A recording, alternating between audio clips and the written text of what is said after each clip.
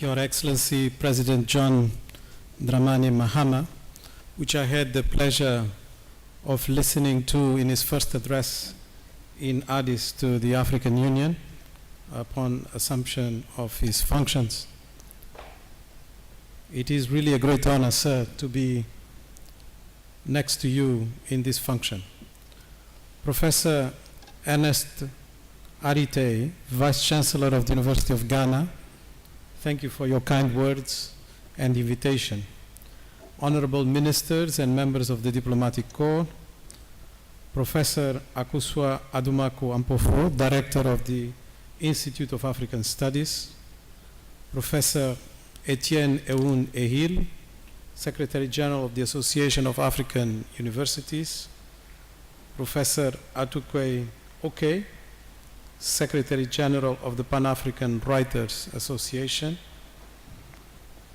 I would like to recognize Dr. Luke Atkin and Michael Wolfers, associated with his father, who translated my first book into English,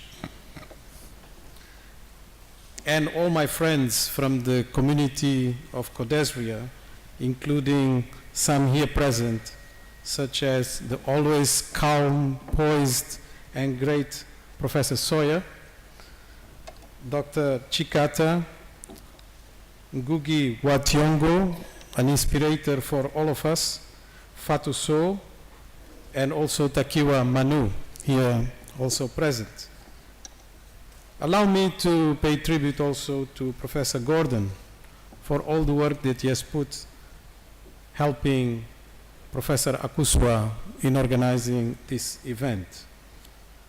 It gives me particular pleasure, and I have to mention it, that I'm addressing you at the UN Day. And I was supposed to be officiating the UN Day in Addis Ababa, but this is much more important.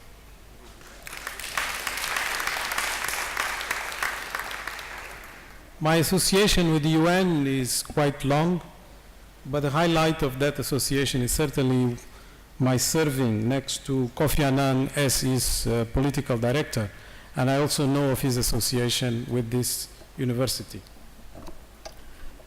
Let me begin by congratulating the Institute on the occasion of its 50th anniversary. In October 1963, when Kwame Nkrumah opened the gates of this institution, having earlier on in the same year participated in the creation of the OAU, he professed a vision for it, not just a place that studies past history and cultures of Africa in its future. I therefore feel particularly honored to have been invited to address this gathering of Pan-Africanists and friends of Africa from across the globe. It is befitting that on this occasion you are also setting up the African Studies Association, a major milestone for scholarship in the continent. Excellency President, dear friends, I met Mario de Andrade, then Minister for Information and Culture of Guinea-Bissau, when I was 16. Mario de Andrade remains one of the foremost Pan-African intellectuals, a founding member of Angola's MPLA and its first president. He was associated with all the major events of the 50s and the 60s that shaped Africa's independence movement. I became his assistant thanks to the crisp reality of that time that made us actors early on. I remember being given the task of reorganizing his private library. Most of the books were a journey of discovery about Africa, names that were to become referential for me and for many others were being revealed amidst dust and hard decisions on where to find space to make them fit with each other. Each time Andrade needed to write an article or prepare for a presentation somewhere around the world, he would rely on my good memory to first locate the books in the maze. Oftentimes, he would ask for my opinion on further reading or to help identify which relevant chapters or pages he should focus on. For a 16 and then later 17 years old, it was a difficult, overwhelming, but always rewarding exercise. The exchanges that ensued were about understanding what I missed, what I needed to know, or about valuing African authorship. This was my real university. This was also my introduction to Pan-Africanism.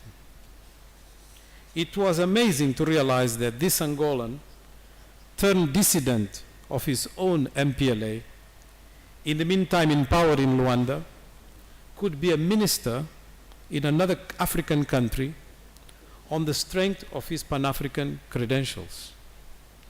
Mário de Andrade, in the course of his life, had to travel with many African passports and end up being recognized as a full Angolan citizen only after his death.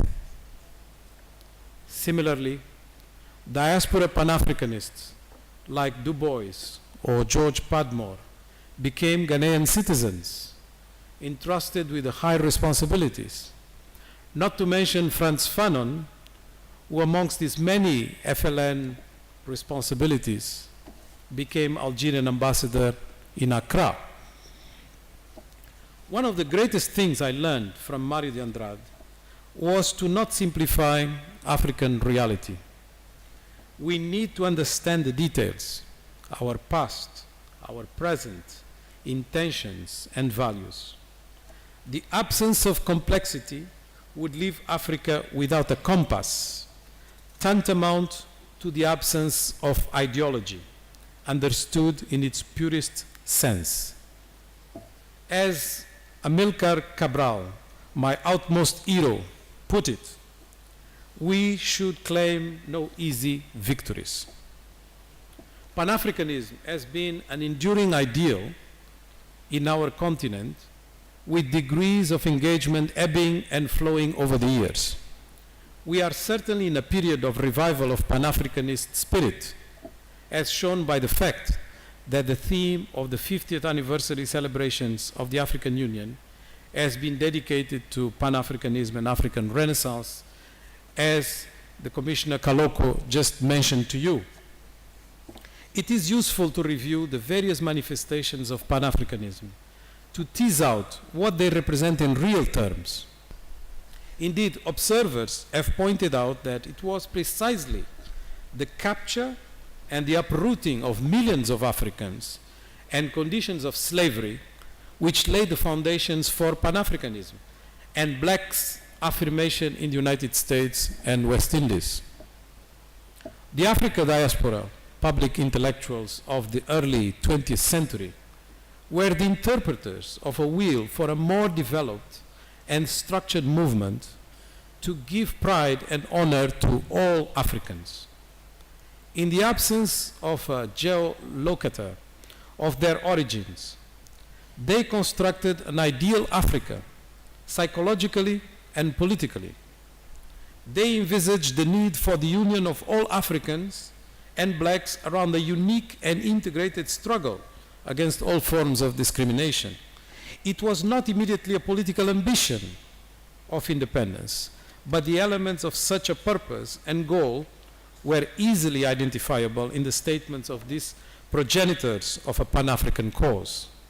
Africans should remember the debt they have to these precursors, originally from the Caribbean and the US, as shown by the fact that the theme of the 50th anniversary celebrations of the African Union has been dedicated to Pan-Africanism and African Renaissance, as the Commissioner Kaloko just mentioned to you.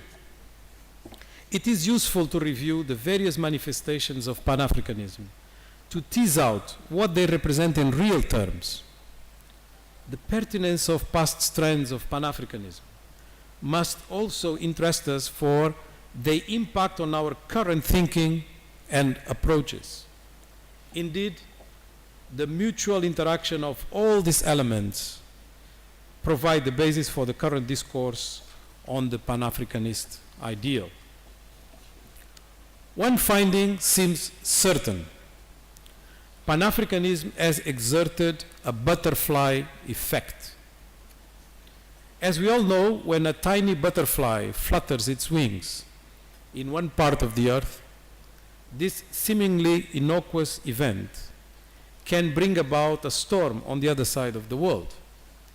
The need for identity that sprang up in the era of slavery in the New World has motivated waves of change that supported decolonization, the defeat of racism, and unity of purpose in a continent that has been plundered, exploited, and so easily divided by pompous sitting old men drawing artificial lines on inaccurate maps. The Pan-Africanist journey was not easy. It started with assertions of identity, dignity, equality, and inalienable rights in the late 800s. Indeed, observers have pointed out that it was precisely the capture and the uprooting of millions of Africans and conditions of slavery which laid the foundations for Pan-Africanism and blacks' affirmation in the United States and West Indies. The Africa diaspora, public intellectuals of the early 20th century, were the interpreters of a will for a more developed and structured movement to give pride and honor to all Africans. In the absence of a geolocator of their origins, they constructed an ideal Africa, psychologically and politically. They envisaged the need for the union of all Africans and blacks around a unique and integrated struggle against all forms of discrimination. It was not immediately a political ambition of independence, but the elements of such a purpose and goal were easily identifiable in the statements of these progenitors of a Pan-African cause. Africans should remember the debt they have to these precursors, originally from the Caribbean and the US. Three names from the diaspora are referenced by most: Du Bois, Marcus Garvey, and Aimé Césaire. Each of them would be linked to a particular brand of the Pan-African ideal. All were active in politics, members of the established political parties of their countries, and the three were involved in the construction of the Pan-African or the writers and intellectual movements and congresses. Their names are behind more or less radical views of what African unity and its links to the diaspora meant. Another interesting element to retain from the Pan-Africanism genesis is the aesthetic preoccupation of identifying the role of blackness and the definition of an African identity, countering the discriminatory views of Africa dating from the famous Eagle proclamation that Africans had no history, or the until quite recent school books version that history starts with the written word, with the accompanying myth that the written word, of course, was absent from Africa. Without taking the time for a longer incursion into the history of Pan-Africanism and its genesis, it is fair to consider its official birthday as the Manchester Congress of 1945. Obviously, this is an important year. Before the end of the Second World War, most of the Pan-African activities were actually held in Europe and to a lesser extent in the US. From the communist movement influences of the 1930s to the agitation of the student associations in London, Paris, and Lisbon, the action was geographically far from the continent. A remarkable exception was precisely the African National Congress, founded in South Africa in 1912, the oldest African political party. While the ANC was following closely developments abroad, in its first decades, the level of its exposure to outside ideas was minimal, networking then not being easy. We were not at the height of internet. The ANC focus was more on the struggle against the most sophisticated institutional architecture of discrimination, apartheid, the ideology that became synonymous to racial separation in the contemporary world. More than any other, Kwame Nkrumah is the symbol of the repatriation of Pan-Africanism to Mother Africa. His own political career and personal trajectory personifies the shift from rights to independence. Although his home country, Ghana, became independent only in 1957, his leadership was already exercised during the indirect rule transition. He was, from the time of his studies abroad, closely involved in the independence movement. It is curious to note that in his quest for the integration of Africans across the board, he eventually would become, back home in Accra, some of the Pan-Africanism forefathers from the diaspora. This welcome is very befitting for the reasons I just mentioned. Nkrumah was much influenced from a Marxist reading of reality. His vigor and enthusiasm betrayed a less grounded knowledge of socio-economic reality. His classic Marxist class struggle views lacked the more comprehensive understanding and sophistication of the likes of Frantz Fanon and Amilcar Cabral. He designed then, nevertheless, the most ambitious agenda for Pan-Africanism. Although some northern African countries were already independent at the time of Ghana's independence, and Egypt's Nasser and Tunisia's Bourguiba, together with Morocco's Mohammed V, were at the forefront of a new definition of nationalism, it was Nkrumah that launched the most serious political and diplomatic effort for the establishment of a continental organization. Soon independent African countries became divided between various groups, each with a different reading of what should be the nature of the relationship with external powers. The most known groupings of the time are obviously the more radical Casablanca group and the softer Monrovia group. In fact, there were many others, such as the Lagos Chart, the Conakry Declaration group, the Brazzaville group, and other loose configurations, all fighting for protagonism. Here, the role of Emperor Haile Selassie and Ethiopia, the only land not colonized in the entire continent, deserves to be fully recognized. It was the skill of the emperor that allowed for a conciliatory process that brought African leaders under one tent. The establishment of the OAU in 1963 has many fathers and mothers, and indeed many intermediate midwives. The declaration that was eventually adopted is a compromise, actually far from the original proposal from the emperor. But the significance of that 23rd May is to be found more on the agreements about the key objectives for a total political liberation of the continent, solidarity, and integration, all of which came straight from the common body of the Pan-African ideology. Despite the mixed record attributed to the OAU, the organization did deliver on its most important objective with remarkable efficiency.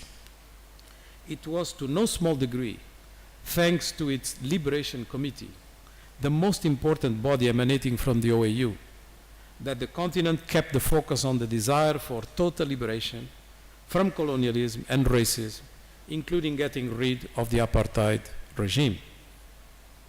Many forms of solidarity can be traced to the OAU and its record, including some less fashionable, because they were offered by African strong men.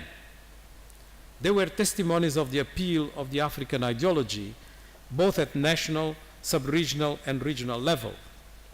Pan-Africanism remained a critical identity factor for political actors across the continent. Integration was also attempted in many forms, including, obviously, Nkrumah's own push for Ghana to join Guinea and Mali, Nyerere's successful integration of Tanganyika with Zanzibar, and Amilcar Cabral's movement for the simultaneous liberation of Guinea-Bissau and Cape Verde. On the account of integration, one can mention the successful economic model of Côte d'Ivoire, because it was based on demographic integration, or Nasser's Arab nationalist ideology. Curious historical point, though, in this regard, is the Western Sahara controversy that actually goes back to the birth of the OAU. Most admit that the OAU democratic credentials were questionable, and its clarity in international politics did not extend to a consequential development agenda. Here resides the difference between Africa and, say, Asia. In turn, this difference serves to argue that maybe the Pan-African ideology did not necessarily work for the betterment of Africa from a development point of view, given its overemphasis on least common denominators that did not levitate Africa's voice internationally. It may have been too focused on the colonial nemesis to do justice to the development intricacies, beyond just talking of imperialist threats and neocolonialism. The issue of the true African identity became synonymous to being or not a neo-colonialist lackey. The identity issue ended up in the wrong side of the spectrum. Proclamations of Pan-African commitment used for external and elites' consumption, while in some cases brutally oppressing diversity and blocking regional mobility. The process that led to the establishment of the African Union, the successor of the OAU, represents a very important evolution in the history of Pan-Africanism. Many of the victories being commemorated today in Africa, assembled under the umbrella of a Renaissance metaphor, are a true achievement of the reflections, competent political process, and renewed ambition embodied by the AU's birth 10 years ago. Many factors contributed for a new moment for Africa. None was more important than the end of apartheid regime and the historical arrival of Nelson Mandela to the presidency of South Africa. It coincided with a new moment in international relations, the end of the Cold War, the Glasnost and the Perestroika movement, the fourth big wave of independent states with dismantling of USSR and Yugoslavia, the failure of a prescribed universal approach to the development ideology, the ascendant of the new emerging South engines of growth, and the erosion of traditional forms of multilateralism. In the African context, the last 2 decades of the previous century, the so-called lost decades, were marked by some of the worst forms of intrusion since the independence era, made possible by colossal debt, proliferation of conflicts and civil wars, and rapid deterioration of political legitimacy by authoritarian states struggling with social pressure, kuka, and external influence towards democratization. Structural adjustment programs ruled the day in the 80s and the 90s. Africans found themselves defenseless in the absence of their own interpretation of priorities and development objectives. It is important to remember that the key discussion in the 90s was about good governance, and the strongest link made that aid should only go to deserving countries with a proven record of good governance or good performance. It is critical to assess what factors made the African moment possible and how Africa responded to a dramatic change in the international context in the turn of the century. It was also time in which Africa was beset by despotic military rulers whose treatment of their people was sometimes no better than that of the colonialists. Indeed, The African big man of this era became the unacceptable face of leadership on the continent.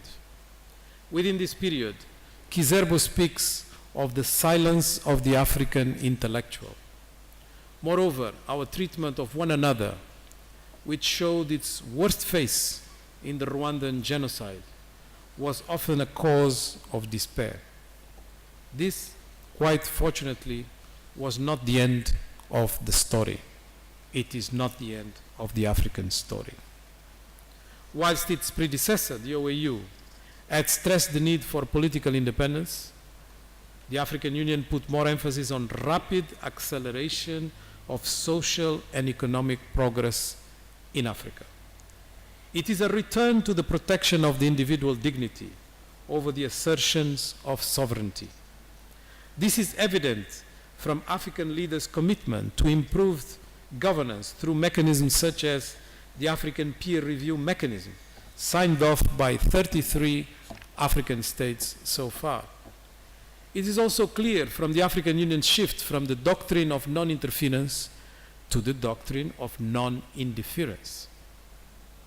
Another clear signal that we have entered a new phase of the Pan-Africanist journey was the resumption of the debate on the nature of unity, suspended since the 60s in favor of a common front against colonialism. This propelled a shift in perception, with the myth of hopeless continent plagued by the unholy trinity of poverty, ignorance, and disease, recanted by its protagonists in less than a decade. Indeed, the Pan-African trail has been on an upward and consistent trend of consolidation of gains made in dignity, independence, unity, and now, fortunately, economic progress. Lest I be accused of putting too much of a gloss on our trajectory thus far, let me state we should let ourselves not be carried away. Indeed, questions could be asked about Pan-Africanism relevance today. The obvious answer is that the nature and form of Pan-Africanism has and continues to change with time. This is where there is a distinct role for African intellectuals. They should not simplify Africa, as done by ego, nor generalize our problems and the solutions, as done by the Washington Consensus, and rather, through painful, careful, and detailed studies, offer us grounded knowledge. Let me quote, "Your meeting here today as Africanists from various countries of the world is truly historic. It emphasizes the idea that knowledge transcends political and national boundaries. It is incumbent upon Africanist scholars all over the world to work for a complete emancipation of the mind from all forms of domination, control, and enslavement." End of quote. I just quoted directly from a Kwame Nkrumah speech to the Africanists who gathered at the first International Congress of Africanists in 1963. This call for the complete emancipation of the mind is as relevant today as it was more than 50 years ago. As much as today's Africa looks so different from the independence years, we have a backlog to address. Indeed, we continue to lag behind other regions which have not had the benefit of a common sense of purpose, such as ours. How can we justify the continued restrictions on the movement of our people and goods they produce within the continent, or the increasing levels of inequality and segregation within our countries? Have we as yet solved the identity crisis between citizens and subjects, or the political agency that democratization brings? What about the dilemma of wars and insecurity based on lack of inclusiveness? We can make this the African moment if we seize the day and respond in a clear-sighted and determined manner. African intellectuals need to examine and clearly understand what the African moment entails. African Union's Agenda 2063, which seeks to bring about the structural transformation of the continent, should be premised on us controlling the narrative and creating the opportunities for Africans to really industrialize, control their natural resources with value addition, and creating jobs that are required by the youngest workforce in the world. We cannot hide behind the simplicity and be content to just proclaim an African Renaissance as the new wave of Pan-Africanism. We have to give it content. To conclude, permit me to quote Amilcar Cabral, an extraordinary exhortation that he has made that is as relevant today as it was more than 40 years ago. And I quote, "We must practice revolutionary democracy in every aspect of our life. Every responsible member must have the courage of his responsibilities, exacting from others a proper respect for his work and properly respecting the work of others. Hide nothing from the masses of our people. Tell no lies. Expose lies whenever they are told. Mask no difficulties, mistakes, failures. Claim no easy victories. If we can dream it, we can do it." Thank you for your kind attention.